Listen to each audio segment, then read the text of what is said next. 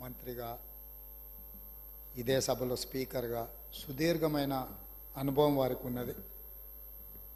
మాజీ ముఖ్యమంత్రి చంద్రశేఖరరావు గారితో కలిసి పనిచేసిన సుదీర్ఘమైన అనుభవం కూడా వారికి ఉన్నది.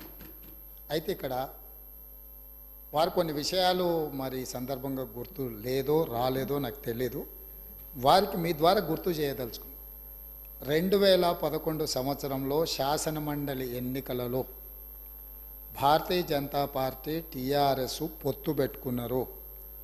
ఆనాడు ఇదే సభలో ఉన్న ఈరోజు కేంద్ర మంత్రి బీజేపీ అధ్యక్షుడు కిషన్ రెడ్డి గారు, ఎండెల లక్ష్మీనారాయణ గారు ఇద్దరు శాసనసభ్యులు బీజేపీ నుంచి టీఆర్ఎస్ అభ్యర్థికి అధికారికంగా ఓట్లేసినరు.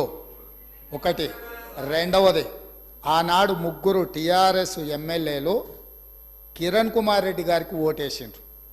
ఆ ముగ్గురు ఎవరే అంటే ఏనుగు రవీందర్ రెడ్డి గారు, కావేటి సమ్మయ్య గారు, కల్వకుంట్ల విద్యాసాగర్ రావు గారు.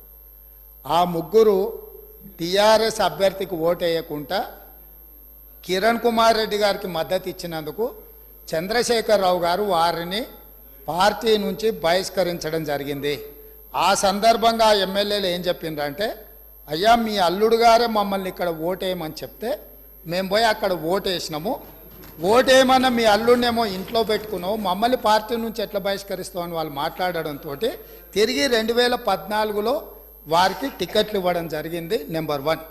నెంబర్ 2, 2014 నుంచి 2023 వరకు పార్లమెంటులో ఏ సందర్భం వచ్చినా అధికారికంగా అక్కడ రికార్డులు ఉన్నాయి. కావాలంటే వారి పెద్దలు పోచారం శ్రీనివాసరెడ్డి గారు, నామ నాగేశ్వరరావు గారికో లేకపోతే కేశవరావు గారికో వారు అడిగితే ఎన్ని బిల్లులు వచ్చినప్పుడు లోక్సభలో కానీ రాజ్యసభలో కానీ వారు ఎవరి పక్షాన నిలబడి ఎవరికి మద్దతు పలికినరో అక్కడ సజీవంగా సాక్ష్యాలు ఉంటాయి. 3 తలాక్ కావచ్చు, 370 ఆర్టికల్ కావచ్చు, రైతు వ్యతిరేక నల్ల చట్టాలు కావచ్చు, జిఎస్టీ కావచ్చు, నోట్ల రద్దు కావచ్చు, ఇట్లా చెప్పుకుంటూ వెళ్తే కొన్ని వందల బిల్లులు లోక్సభలో రాజ్యసభలో వచ్చినప్పుడు టీఆర్ఎస్ పార్టీ స్పష్టంగా ఒక సందర్భంలో రాజ్యసభ సభ్యుడు అక్కడ బిల్లు ఉన్నదంటే ప్రత్యేకమైన విమానం వేసుకొని పోయి మోడీ గారికి అనుకూలంగా ఓటేయడం జరిగింది. Bharatiya Janata party, BRS, BJP ఒకే రకమైన ఆలోచన విధానంతో గత 10 సంవత్సరాలు ప్రభుత్వాలను కలిసి నడుపుకున్నారు. వాళ్ళిద్దరు కలిసి చర్చించుకున్నారు.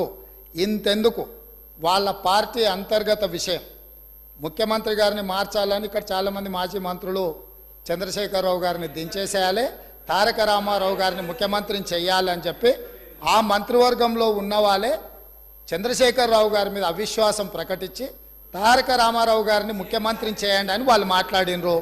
వాళ్ళందరూ ఒత్తిడి తట్టుకోలేక చంద్రశేఖరరావు గారు వెళ్ళి నరేంద్ర మోడీ ప్రధానమంత్రిని కలిసి నేను అక్కడి నుంచి మా వాళ్ళు తప్పుకోమంటుండ్రు, తప్పుకుంటా తారక రామారావు గారిని తెలంగాణ రాష్ట్రానికి ముఖ్యమంత్రిని చేస్తా, మీరు నాకు అనుమతి ఇవ్వమని అడిగినరని, నేను వారసత్వ రాజకీయాలు లేకపోతే రాచరికాలను నేను సమర్థించను, నేను వ్యతిరేకిస్తున్నా, అది ఎలా సాధ్యమో అని నేను చంద్రశేఖరరావును నిలదీసినని భారత ప్రధానమంత్రి తెలంగాణ రాష్ట్రానికి వచ్చినప్పుడు స్పష్టంగా ప్రకటన చేసిండు. ఇప్పుడు పెద్దలు శ్రీనివాసరెడ్డి గారిని నేను అడుగుతున్నా, మీకు ఎలాంటి సంబంధాలు లేకపోతే, అనుబంధం లేకపోతే, ఆయన అనుమతితోనే మీరు నిర్ణయాలు తీసుకోకపోతే మీ పార్టీ అంతర్గత వ్యవహారం ముఖ్యమంత్రిని మార్చుకోవడం అనేది, అట్లాంటి విషయం కూడా మోడీ గారి అనుమతిని అడిగినరంటే మీ బంధం ఫెవికల్ బంధం. ఒకవేళ మీకు కేసీఆర్ గారు చెప్తుండ్రో లేదో వాస్తవాలు ఒక్కసారి ఇప్పుడు నేను చెప్పిన చరిత్రను మొత్తము వారు తెలుసుకోవాల్సిందిగా నేను కోరుతున్నా. మీకు కొన్ని చెప్తాడు, కొన్ని దాస్తాడు.